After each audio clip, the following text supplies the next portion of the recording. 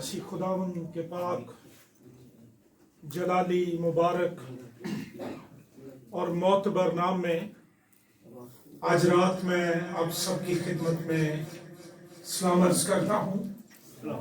خداوند کا شکر اور اس کے نام کی تعریف ہو جس کی مہربانی سے ہمیں آج شام یہ موقع ملا کہ ہم اکٹھے ہوں، اس کی عبادت کریں اور اس کے زندگی بخش کلام کی باتوں پر دل لگائیں۔ میں دل سے شکر گزاری پیش کرتا ہوں علی جناب پاسٹر اقبال پیٹر صاحب کے لیے، پاسٹر اشتیاق صاحب کے لیے کہ آج شام انہوں نے یہ وقت بخش دیا کہ ہم اس جگہ پر حاضر ہوں اور خدا کے زندگی بخش کلام کو سنیں۔ کتاب مقدس کھولیے میرے ساتھ، خروج کی کتاب اس کا 15واں باب 22ویں آیت سے شروع کر کے 26ویں آیت کے آخر تک ہم خدا کا کلام پڑھیں گے اور سنیں گے۔ اور یہ گزارش کرنا چاہتا ہوں کہ اگر آپ بائبل مقدس پڑھ سکتے ہیں تو جب آپ عبادت کے لیے آتے ہیں ضرور اپنی بائبل اپنے ساتھ لائیے۔ خروج کی کتاب عہد عتیق میں سے 15واں باب 22ویں آیت سے یہ لکھا ہے، پھر موسیٰ بنی اسرائیل کو بحر کلزم سے آگے لے گیا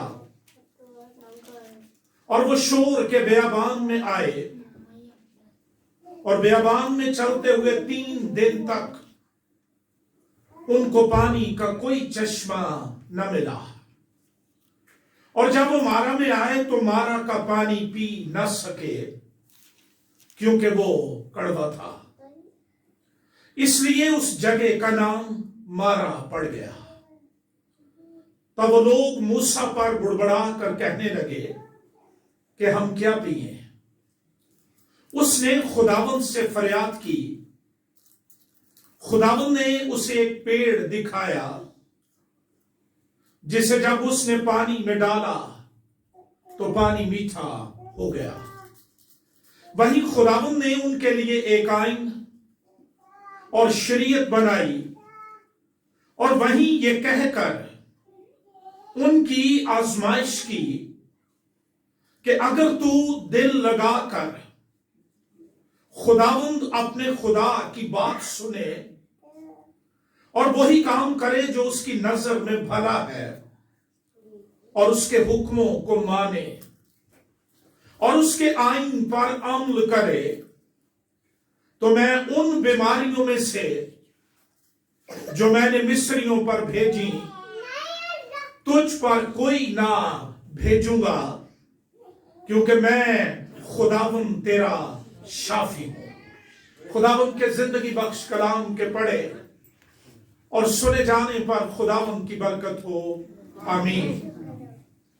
خداوند یسوع مسیح میں عزیزو، خروج کی کتاب بنی اسرائیل کی مصر سے رہائی یا چھٹکارے کا بیان کرتی ہے کہ کس طرح خدا نے اپنے قوی اور قادر ہاتھ سے اپنے لوگوں کو مصر کی غلامی سے آزاد کیا،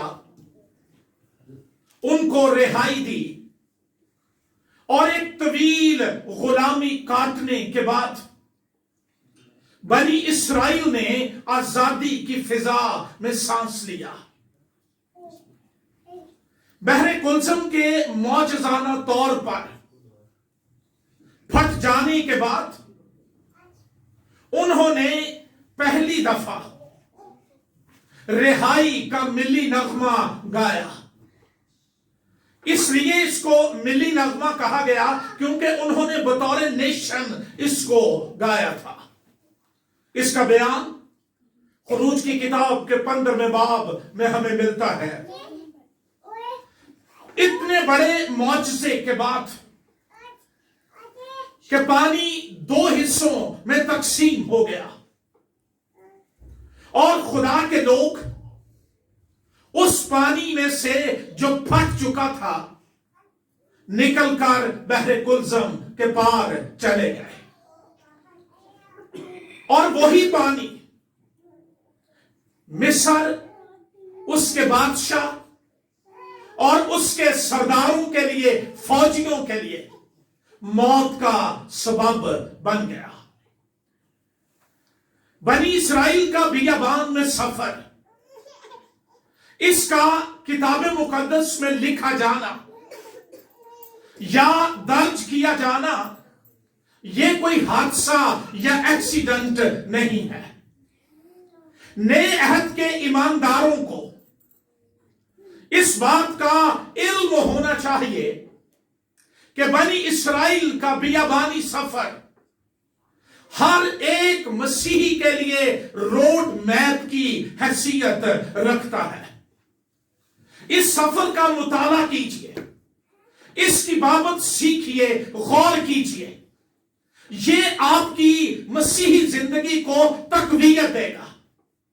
آپ سیکھ سکتے ہیں کہ کون سی باتیں جن کی وجہ سے بنی اسرائیل خدا کی عدالت کے نیچے چلے گئے اور وہ ہماری زندگی کے اندر نہیں ہونی چاہیے، کون سے سٹیپس ہیں جن کو اٹھا کر ہم خدا کی قربت کو حاصل کر کے اس موعودہ برکت تک پہنچ سکتے ہیں جو خدا نے اپنے لوگوں کے لیے رکھی ہے۔ ایک بڑے معجزے کا ذکر، بحر کلزم پھٹ کر 2 ٹکڑے ہو گیا، لیکن اس کے فوراً بعد ایک اور چیلنج بنی اسرائیل کے سامنے آ گیا۔ ہمیں مسیحی ہوتے ہوئے کبھی بھی یہ نہیں سوچنا چاہیے کہ اگر آج میری زندگی میں معجزہ ہوا ہے، میری زندگی میں خدا کی قدرت ظاہر ہوئی ہے، تو اس کے بعد کوئی مشکل نہیں آئے گی، کوئی چیلنج نہیں آئے گا، کوئی سٹرگل نہیں آئے گی۔ ہاں، جب تک ہم سفر کے اندر ہیں اس وقت تک سٹرگلز بھی آئیں گی، چیلنجز بھی آئیں گے، مشکلات بھی آئیں گی، لیکن جو بات یاد رکھنے کی ہے وہ یہ ہے کہ جو بحر کلزم کو 2 ٹکڑے کرنے میں وفادار تھا وہ زندگی کے تمام چیلنجز کے اندر اپنے لوگوں کے ساتھ وفادار رہے گا۔ بحر کلزم میں سے گزرنے کے بعد اگلا مقام جو ان کی زندگی میں آیا وہ شور کا بیابان، اور وہاں پر 3 دن تک ان کو پینے کے لیے کوئی پانی نہ ملا۔ انسان خوراک کے بغیر تو زندہ رہ سکتا ہے کچھ دنوں تک، لیکن پانی کے بغیر زندہ رہنا انتہائی مشکل ہے۔ ہم یہ کہہ سکتے ہیں کہ وہ ایسے بیابان کے اندر چلے گئے جہاں پر زندگی نہیں تھی، موت حکمرانی کر رہی تھی، زندگی کے آثار ختم ہو چکے تھے، ہر طرف موت ہی موت نظر آ رہی تھی، اور 3 دن تک وہ پانی کی تلاش کرتے رہے، کوئی پانی نہ ملا، اور اگر ملا تو وہ پینے کے لائق نہیں تھا۔ پانی کڑوا تھا، کھاری تھا، اور یہ صرف ایک کنویں یا پانی کے ذخیرے کی بات نہیں ہے۔ اگر آپ اولڈ ٹیسٹامنٹ کے جغرافیہ کا مطالعہ کریں تو اس علاقے کے اندر تمام پانی کے ذخیرے یا پانی جو زمین کے اندر تھا وہ کھاری تھا، پینے کے لائق نہیں تھا، کڑوا تھا، اور آپ سوچ سکتے ہیں کہ اس طرح کی صورتحال کے اندر بنی اسرائیل کس طرح کے چیلنج کو فیس کر رہے تھے۔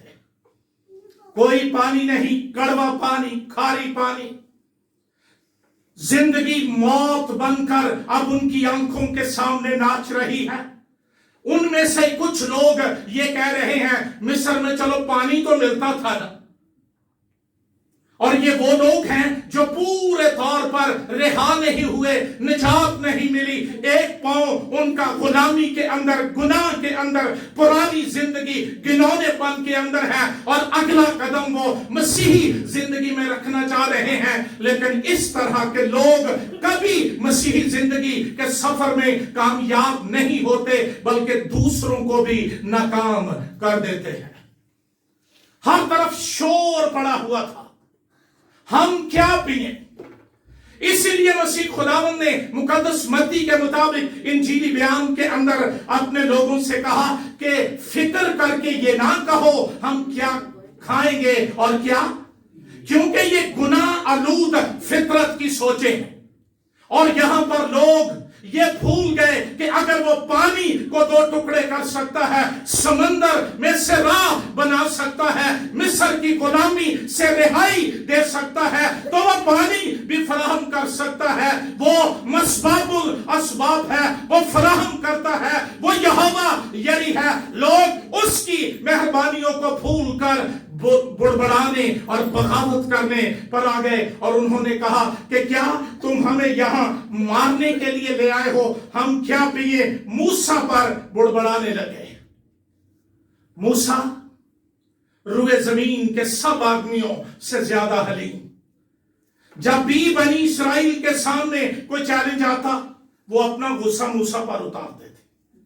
اور یہاں پر موسیٰ خدا کے حضور فریاد کر رہا ہے، اور ایک انتہائی امیزنگ معجزانہ حل دیا گیا، اور وہ حل یہ تھا کہ خداوند نے اسے ایک پیڑ دکھایا۔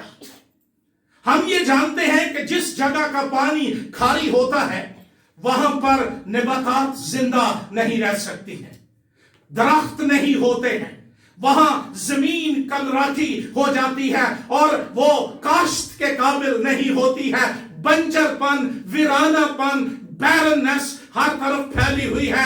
ان حالات کے اندر جب موسیٰ فریاد کر رہا تھا، خدا نے اس کو ایک پیڑ دکھایا، اور یہ پیڑ تھا زندگی کا درخت۔ یہ پیڑ تھا ایک عجیب صلیب کی تصویر۔ پرانے عہد کے اندر صلیب صرف نئے عہد نامے کے اندر نہیں ہے۔ کسی شخص نے کہا ہے اس سے پہلے کہ صلیب گلگتا پر نصب ہوتی، یہ خدا کے دل کے اندر نصب تھی۔ اسی لیے مسیح کو ازل سے ذبح کیا ہوا برا کہا جاتا ہے۔ اور ان گہری تاریکیوں کے اندر جب کسی طرف زندگی نہیں تھی، ہر طرف کڑواہٹ اور تلخی، پانی کڑوا، لوگ کڑوے، ماحول کڑوا ہو چکا تھا، ہر طرف موت ناچ رہی تھی، آنکھوں کے سامنے موت کے منظر آ رہے تھے۔ خدا نے ایک پیڑ کی نشاندہی کی، اور یہ وہ پیڑ ہے جو ہر طرح کے مارا کے چشموں کو میٹھا کر سکتا ہے، ہر طرح کے کھاری پانی کی تاثیر بدل سکتا ہے، ہر طرح کی موت کو زندگی کے اندر بدل سکتا ہے۔ اور جہاں پر تلخی ہے، جہاں پر کڑواہٹ ہے، جہاں پر بٹرنس ہے، وہاں پر یہ درخت سویٹنس بکھیر دیتا ہے، اور یہ مسیح کی صلیب کی تصویر ہے۔ مجھے نہیں معلوم، لیکن آج رات آپ جانتے ہیں، اور خدا جو آپ سے کلام کر رہا ہے وہ جانتا ہے کہ آپ کس مارا کے بیابان کے اندر پھنس گئے ہیں۔ زندگی کے اندر تلخی، خاندان کے اندر تلخی، بزنس کے اندر تلخی، کوئی صورتحال نظر نہیں آ رہی، ریلیشن شپ کڑوے ہوتے چلے جا رہے ہیں، ہر طرف تلخی ہی تلخی نظر آ رہی ہے، زندگی کے آثار ختم ہوتے جا رہے ہیں، زندگی آنکھوں کے سامنے ایک خواب بنتی جا رہی ہے۔ تو آج رات خدا نے مجھے جہلم میں اس لیے بھیجا ہے تاکہ میں آپ کو یہ بتا سکوں، مسیح کی صلیب تیرے ریلیشن شپ میں سے، تیری زندگی میں سے، تیرے بزنس میں سے، تیرے حالات میں سے، ہر طرح کی گناہ کی کرواہٹ کو، کھاری پن کو، موت کو ختم کر کے تیری زندگی کو ابدی زندگی کے اندر بدل سکتی ہے۔ اس لیے پولس رسول یہ کہتا ہے، خدا نہ کرے میں کسی چیز پر فخر کروں۔ مذہب پر فخر کریں، ذات پر فخر کریں، تعلیم پر فخر کریں، حسب نسب اور بیک گراؤنڈ پر فخر کریں، یہ چیزیں ہیں ہی کیا کہ ان پر فخر کیا جائے؟ ان کے پیچھے بھاگنے والوں کا دکھ بڑھ جاتا ہے، زندگی سے تلخی ختم نہیں ہو سکتی، مذہب تیری زندگی کی تلخی ختم نہیں کر سکتا، رسومات تیری زندگی کی تلخی ختم نہیں کر سکتے ہیں، قواعد و ضوابط کی پابندی تیری زندگی کی تلخی ختم نہیں کر سکتی، لیکن ایک چیز ہے جو گلگتہ پر نصب کی گئی اور اس پر میرے یسوع کا، آپ کے یسوع کا لہو لگ گیا، اس کے اندر یہ طاقت ہے، یہ وہ پیڑ ہے جس کو اپنے تعلقات کے اندر لے لیجئے، اپنے خاندان کے اندر لے لیجئے، مسیح کی صلیب سے محبت کیجئے، اس کے گیت گائیے، اس پر فخر کیجئے، کیونکہ یہ آپ کی زندگی کی کڑواہٹ کو بدل کر میٹھا کر دیتی ہے۔ کسی شخص نے کہا ہے مسیح کی صلیب کا سایہ اتنا گہرا ہے کہ ساری دنیا کے گناہوں کو چھپا دیتا ہے۔ اگر ہم دیانتدارانہ طور پر غور کریں، آنیسٹلی اس بات پر غور کریں کہ ہماری زندگی میں تلخی آئی کہاں سے، اس وقت اس کا آغاز ہوا جب آنکھوں کی خواہش، جسم کی خواہش، آنکھوں کی منظوری میں چلنے کے لیے خدا کے حکم کو توڑ دیا گیا، گناہ دنیا میں آ گیا اور گناہ نے موت، ویرانیاں، مرثیے، آہ و نالہ انسان کو بخش دیا، لیکن یہ صلیب آج بھی اپنے اندر قدرت رکھتی ہے، اور پولس رسول کہتا ہے صلیب کا پیغام ہلاک ہونے والوں کے لیے تو بے وقوفی ہے، مگر ہم نجات پانے والوں کے لیے خدا کی قدرت ہے۔ لوگ سوچتے ہیں صلیب کے اندر کیا حکمت ہے، اس بات کے اندر کیا حکمت ہے کہ خدا کا بیٹا دنیا میں آیا اور اسے مصلوب کر دیا گیا اور وہ لعنتی موت مر گیا، دنیا کو حکمت نظر نہیں آتی، لیکن ہم جو بچ گئے، جن کی زندگی کے چشمے میٹھے کر دیے گئے، ہم جانتے ہیں کہ اگر وہ صلیب نہ چڑھتا، کوئی زندگی کا پیغام نہ ہوتا، کوئی حیات جاوداں کا پیغام نہ ہوتا، کوئی جنت بنی کا پیغام نہ ہوتا، وہ مر گیا تاکہ ہم زندہ رہ سکیں۔ صلیب کوئی جادو نہیں ہے، صلیب کوئی زیور نہیں ہے، صلیب کوئی ذبائش کا آلہ نہیں ہے، صلیب تو صرف ایک نشان ہے جو یہ پیغام دیتا ہے کہ اس پر مرنے والا تیرے لیے ابدی زندگی کا پیغام چھوڑ گیا ہے۔